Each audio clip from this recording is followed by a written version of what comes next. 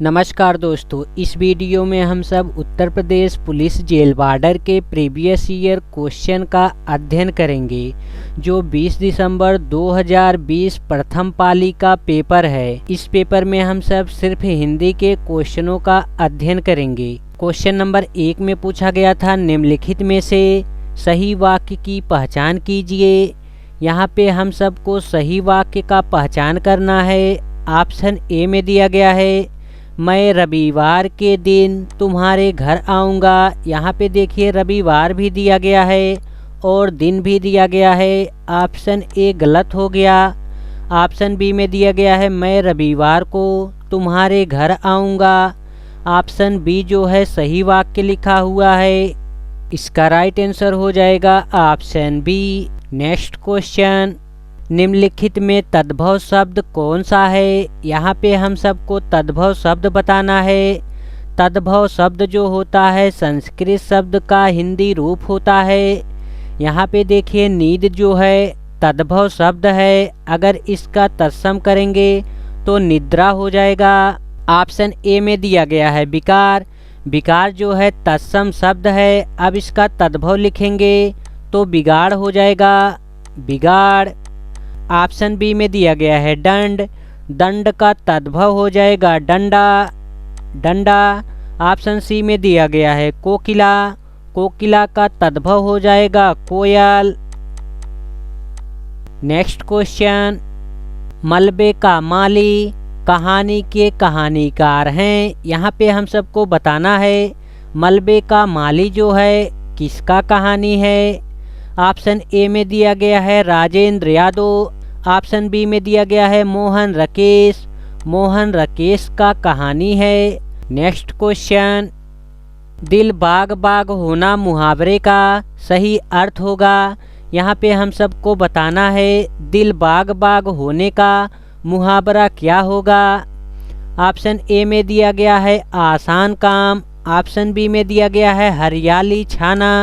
Option C में दिया गया है खुश होना। दिल बाग बाग होने का मुहावरा हो जाएगा खुश होना, अतमन खुशी होना।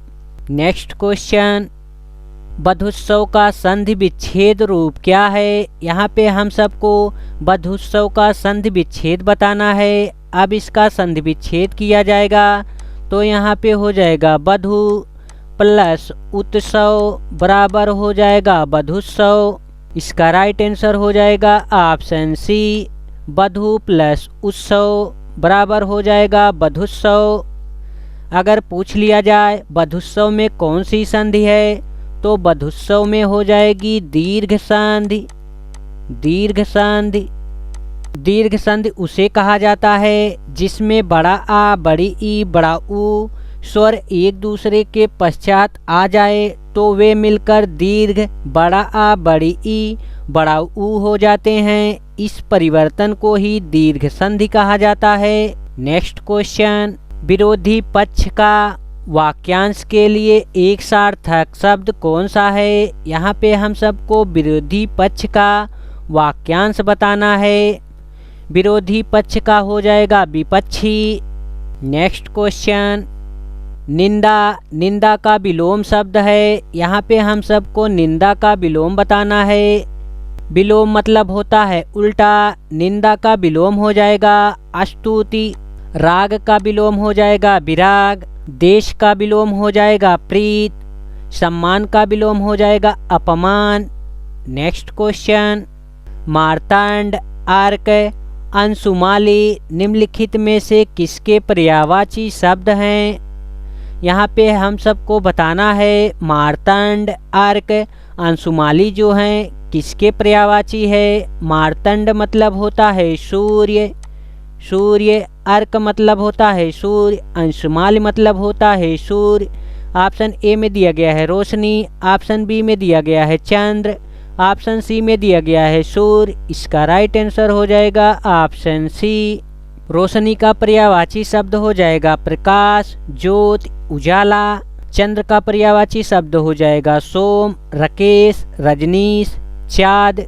और रेखा का पर्यायवाची हो जाएगा लकीर, कतार, धारी, कर्म, पंक्ति। नेक्स्ट क्वेश्चन, निम्नलिखित में से कौन सा असुर का पर्यायवाची शब्द नहीं है? यहाँ पे हम सबको बताना है असुर का पर्यायवाची शब्द नहीं है, नहीं बताना है।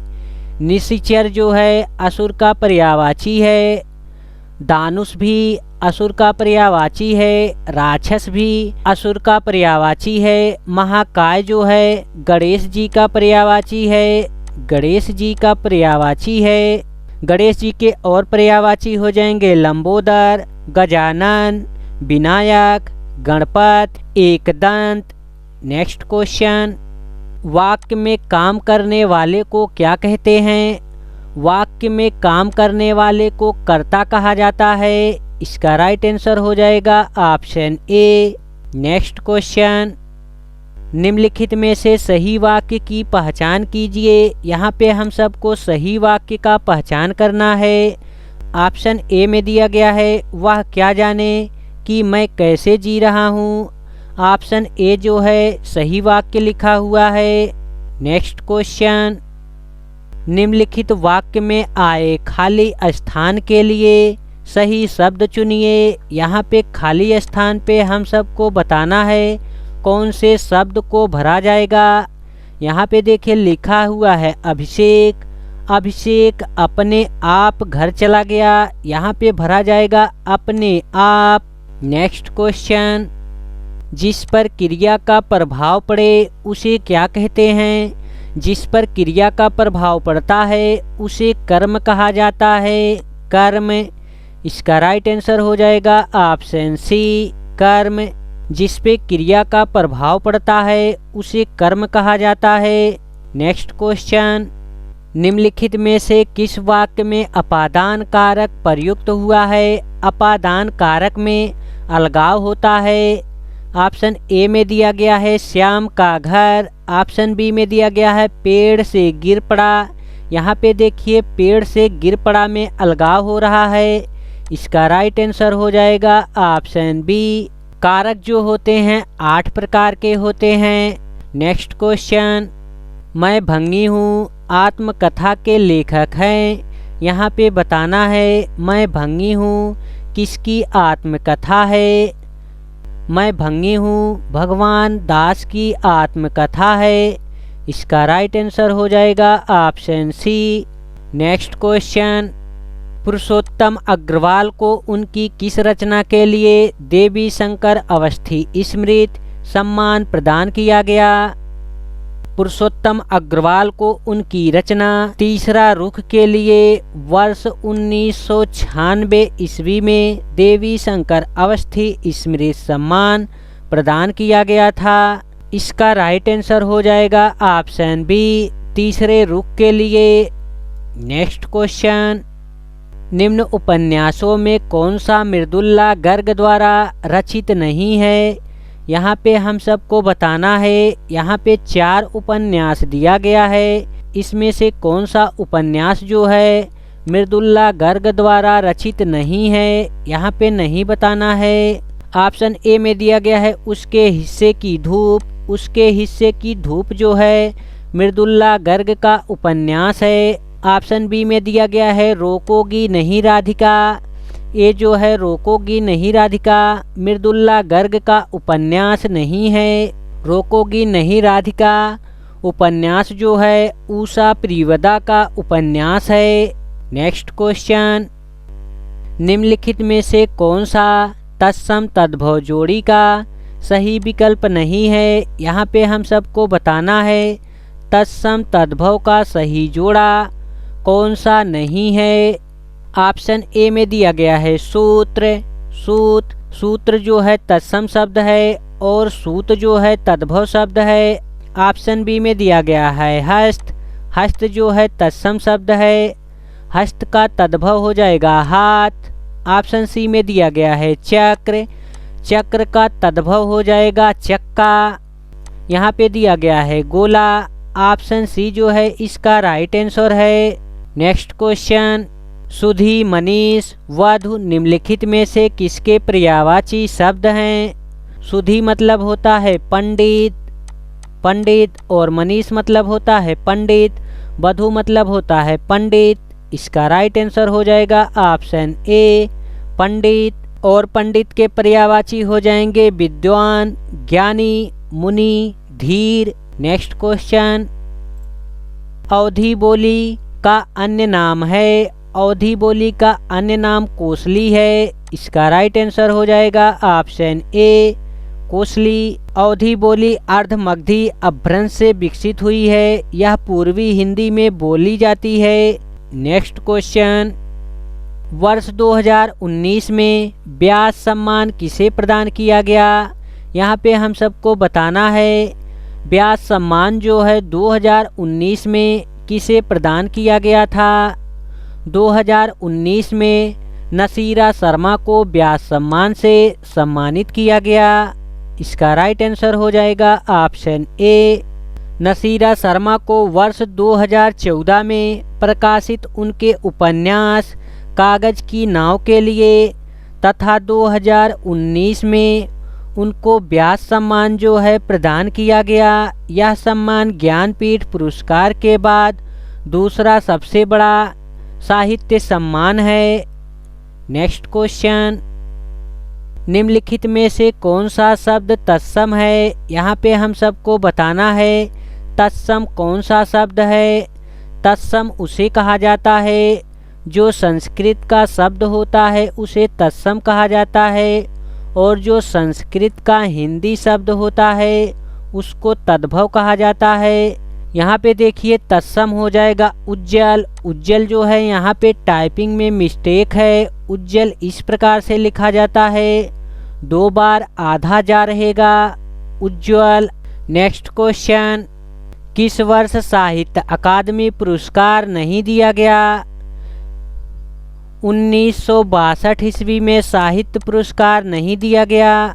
नेक्स्ट क्वेश्चन, निम्न में से कौन सा कवि भारतेंदु युगीन नहीं है। ऑप्शन ए में दिया गया है बद्री नारायण चौधरी, प्रेम घन। ऑप्शन बी में दिया गया है ठाकुर जगमोहन सिंह। ऑप्शन सी में दिया गया है पंडित अंबिका दत्त व्यास। ऑप्शन डी में दिया गया है श्रीधर पाठक। श्रीधर पाठक जो हैं भारतेंदु युगीन कवि नहीं हैं। इसका राइट आंसर हो जाएगा ऑप्शन डी श्रीधर पाठक। नेक्स्ट क्वेश्चन, पायोध, सिंधु, वारिस किसके पर्यायवाची शब्द हैं। पायोधि मतलब होता है समुद्र, सिंधु मतलब होता है समुद्र, वारिस मतलब होता है समुद्र। इसका राइट आंसर हो जाएगा ऑप्शन बी समुद्र। मेघ का पर्यायवाची हो जाएगा जलद, पायोद, नीरद, बादल आदि। नदी का पर्यायवाची हो जाएगा सरिता, कूलवंती, त्रांगड़ी आदि। गंगा का पर्यायवाची हो जाएगा सुरसर, सुरसरिता, मंदाकिनी, भागीरथी आदि। नेक्स्ट क्वेश्चन, भारतीय संविधान में 22 भाषाओं को आधिकारिक भाषा का दर्जा दिया गया है, जिसमें यह भाषा शामिल नहीं है। हम सबको बताना है इन चारों भाषाओं में से कौन सी भाषा जो है शामिल नहीं है। मैथिली जो है शामिल है, मणिपुरी शामिल है, बोडो शामिल है, भोजपुरी जो है भारतीय संविधान के 22 भागों में शामिल नहीं है। इसका राइट आंसर हो जाएगा ऑप्शन डी भोजपुरी। भारतीय संविधान की अनुसूची 8 में 8 भाषाओं से संबंधित है। नेक्स्ट क्वेश्चन, निम्नलिखित वाक्य में आए खाली स्थान के लिए सही वाक्य चुनिए। गिलास, खाली स्थान, तोड़ा। तो यहाँ पे हो जाएगा गिलास किसने तोड़ा, किसने। इसका राइट आंसर हो जाएगा ऑप्शन सी गिलास किसने तोड़ा। नेक्स्ट क्वेश्चन, निम्नलिखित में से कौन सा विकल्प शब्द और उनके विलोम शब्द का सही युग्म नहीं है। राग का विलोम होता है विराग, सही कहा गया है, यहाँ पे हम सबको नहीं बताना है। बिष्ट का विलोम हो जाएगा समिष्ट, ये भी सही है। बच्चा का विलोम हो जाएगा बूढ़ा, यहाँ पे दिया गया है जवान। बच्चा का विलोम हो जाएगा बूढ़ा। इसका राइट आंसर हो जाएगा ऑप्शन सी उत्तम, उत्तम का विलोम हो जाएगा अधम। नेक्स्ट क्वेश्चन, निम्नलिखित में से कौन सा संधि विच्छेद का एक गलत उदाहरण है? ऑप्शन ए में दिया गया है महा प्लस ओज बराबर हो जाएगा महोज, वृद्धि संधि। ऑप्शन बी में दिया गया है पौधन अक, पौधन अक बराबर हो जाएगा पावक, पावक में हो जाएगा अयादि संधि। ऑप्शन सी में दिया गया है 9 प्लस इक, 9 प्लस इक बराबर हो जाएगा नाविक, नाविक हो जाएगा अयादि संधि। ऑप्शन डी में दिया गया है प्रो प्लस उपकार, यहाँ पे प्रो प्लस उपकार का संधि विच्छेद जो है गलत दिया गया है। इसका जब संधि विच्छेद किया जाएगा तो हो जाएगा पर प्लस उपकार बराबर हो जाएगा परोपकार। इसका राइट आंसर हो जाएगा ऑप्शन डी। नेक्स्ट क्वेश्चन, इनमें से जो पहले कभी ना हुआ हो को व्यक्त करने वाला कौन सा एक शब्द है? यहाँ पे हम सबको बताना है जो पहले कभी ना हुआ हो, जो पहले कभी ना हुआ हो उसे कहा जाएगा अमूर्त पूर्व, जो पहले कभी ना हुआ हो उसे कहा जाएगा अभूतपूर्व। इसका राइट आंसर हो जाएगा ऑप्शन ए। भूतपूर्व उसे कहा जाता है जो पहले था अब नहीं है। अनादि उसे कहा जाता है जिसका आदि ना हो उसे अनादि कहा जाता है। अद्वितीय, अद्वितीय उसे कहा जाता है जिसके समान कोई दूसरा ना हो उसे अद्वितीय कहा जाता है। नेक्स्ट क्वेश्चन, निम्नलिखित में से किस साहित्यकार को प्रेमचंद की कहानियों का काल क्रमानुसार अध्ययन के लिए व्यास सम्मान प्रदान किया गया है? प्रसिद्ध साहित्यकार कमल किशोर गोयनका को प्रेमचंद की कहानियों का काल क्रमानुसार अध्ययन के लिए 2014 में व्यास सम्मान प्रदान किया गया था। यह सम्मान पिछले 10 वर्षों से प्रकाशित कृति पर लेखक को दिया जाता है। इसका राइट आंसर हो जाएगा option C, Kamal Kishore Goenka. Next question, जय हिंद दोस्तों, यदि वीडियो आप सबको अच्छी लगी हो तो आप सभी लोग अपने मित्रों के पास शेयर करिएगा। फिर मिलेंगे एक नई वीडियो के साथ।